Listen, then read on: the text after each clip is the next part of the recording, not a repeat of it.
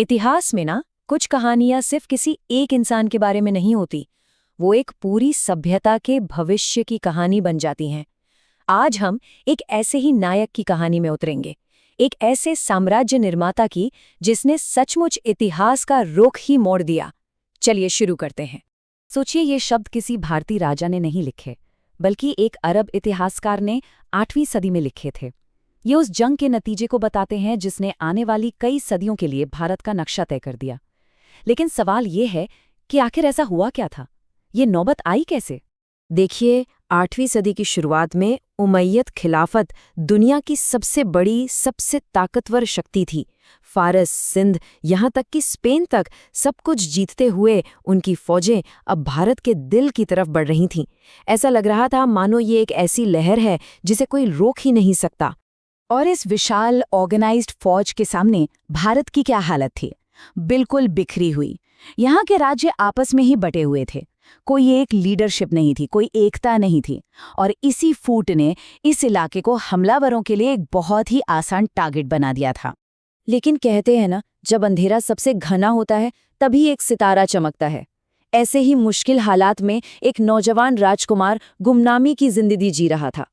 एक जंग में अपना पूरा परिवार खोने के बाद वो एक मामूली चरवाहे की तरह पल बढ़ रहा था, पर शायद किस्मत को कुछ और ही मंजूर था।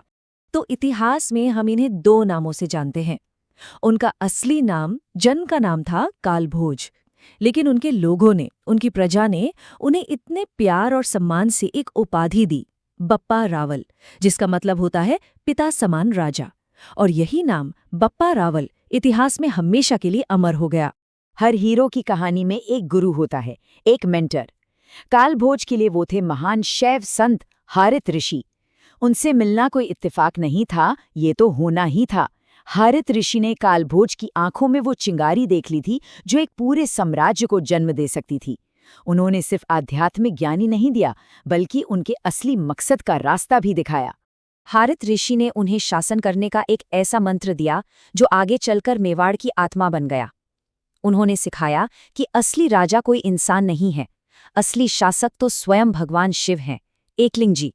और राजा तो बस उनका दीवान है, उनका सेवक, जो उनकी तरफ से प्रजा की सेवा करेगा। ये सिर्फ एक टाइटल नहीं था, ये एक शपथ थी, सत्ता के घमंड से दूर, सिर्फ कर्तव्य और धर्म के रास्ते पर चलने की। तो अब आध्यात्मिक शक्ति तो मिल गई, पर सामने एक बहुत बड़ी सैन्य चुनौती खड़ी थी। बप्पा रावल ये बात अच्छी तरह समझ गए थे कि उमैयद सेना का मुकाबला अकेले करना नामुमकिन है। इसके लिए एक बहुत बड़ी और मजबूत रणनीति की जरूरत थी। बप्पा रावल की रणनीति जितनी साहसी थी, उतनी ही प्रैक्टिकल भी। सबसे पहले उन्होंने दुश्मन की ताकत को समझा। वो जानते थे कि अकेले लड़ना मतलब सीधी सीधी हार है, तो उनका सबसे जरूरी और सबसे बड़ा कदम था एकता बनाना। उन्होंने बिखरे हुए राजपूत राज्यों को एक कॉमन दुश्मन के खिलाफ एक साथ खड़ा किया। उन्होंने एक ऐसा मजबूत मिलिट्री गठबंधन बनाया जिसकी शायद उस वक्त किसी ने कल्पना भी नहीं की थी। और ये कोई छोटा मोटा गठबंधन नहीं था। सोचिए, उस दौर के 3 बड़े पावर हाउसेस एक साथ आ रहे थे। गुहिलोतों को लीड कर रहे थे खुद बप्पा रावल। उनके साथ थे गुर्जर प्रतिहारों के शक्तिशाली राजा नागभट्ट प्रथम और चालुक्यों के वीर सेनापति अवनी जनश्रय पुलकेशी। इन तीनों को एक झंडे के नीचे लाना, ये बप्पा रावल की दूरदर्शिता और डिप्लोमेसी का ही कमाल था। तो अब स्टेज सेट हो चुका था। एक तरफ थी उमैयदों की विशाल सेना और दूसरी तरफ था एक छोटा लेकिन एकजुट गठबंधन। ये लड़ाई सिर्फ जमीन के एक टुकड़े के लिए नहीं थी, ये लड़ाई थी भारत के वजूद को बचाने की, आने वाली सदियों की पहचान को बचाने की। हमलावर उमैयद सेना की तादाद 30,000 से भी ज्यादा थी। उस जमाने के हिसाब से ये एक बहुत बहुत बड़ी फौज थी।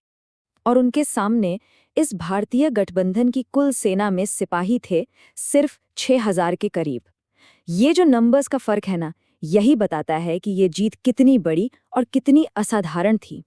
तो सवाल ये है कि ये नामुमकिन काम मुमकिन कैसे हुआ? इसका जवाब है ब्रिलियंट स्ट्रैटेजी। बप्पा रावल ने अपनी कम संख्या की भरपाई अपनी चतुराई से की। उन्होंने अरावली की पहाड़ियों को एक नेचुरल किले की तरह इस्तेमाल किया, जिससे दुश्मन की विशाल घुड़सवार सेना बेकार हो गई। और सबसे बड़ी बात, वो रुके नहीं।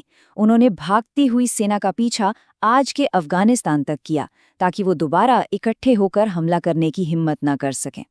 इस जबरदस्त जीत के बाद बप्पा रावल ने सिर्फ एक जंग नहीं जीती, बल्कि एक नए दौर की, एक नए युग की शुरुआत की।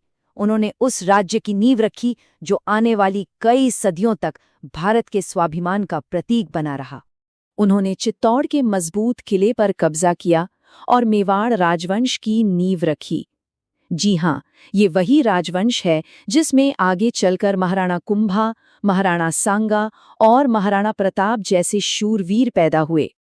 और उन्होंने शासन का वही सिद्धांत लागू किया जो उन्हें अपने गुरु हारित ऋषि से मिला था। उन्होंने खुद को मेवाड़ का राजा घोषित नहीं किया, बल्कि खुद को एकलिंग जी का दीवान कहा। ये एक अनोखा पॉलिटिकल और रिलीजियस आइडिया था जो कहता था कि मेवाड़ पर राज करने का हक सिर्फ भगवान का है, राजा तो बस उनका सेवक है। बप्पा रावल की जिंदगी एक योद्धा और एक संत का एक अद्भुत संगम थी। उनका शासनकाल शायद बहुत लंबा नहीं था, लेकिन भारतीय इतिहास पर जो छाप वो छोड़ गए वो बहुत गहरी और हमेशा के लिए है। उनकी जिंदगी का सफर देखिए, किसी महाकाव्य जैसा लगता है। मेवाड़ राज्य की स्थापना की, एकलिंग जी का मंदिर बनवाया, इतिहास की सबसे मुश्किल लड़ाइयों में से एक जीती, और फिर जब वो अपनी ताकत के शिखर पर थे, उन्होंने सब कुछ, राजपाट, सिंहासन, सब कुछ त्याग दिया और एक शैव तपस्वी का जीवन अपना लिया।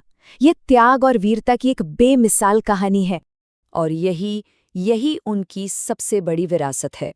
उनकी उस एक जीत और उनकी दूरदर्शिता ने पश्चिम से आने वाले हमलों के खिलाफ एक ऐसी मजबूत दीवार खड़ी कर दी जो लगभग 400 सालों तक टिकी रही। उन्होंने भारत को संभलने और अपनी रक्षा को मजबूत करने के लिए वो वक्त दिया जो शायद सबसे ज्यादा कीमती था। बप्पा रावल की कहानी हमें एकता, दूरदर्शिता और निस्वार्थ सेवा की ताकत तो दिखाती ही है, पर एक बड़ा सवाल भी छोड़ जाती है। इतिहास हमें बार बार सिखाता है कि जो दीवारें सभ्यताओं की रक्षा करती हैं, उनका मजबूत बने रहना कितना जरूरी होता है। सोचने वाली बात है ना?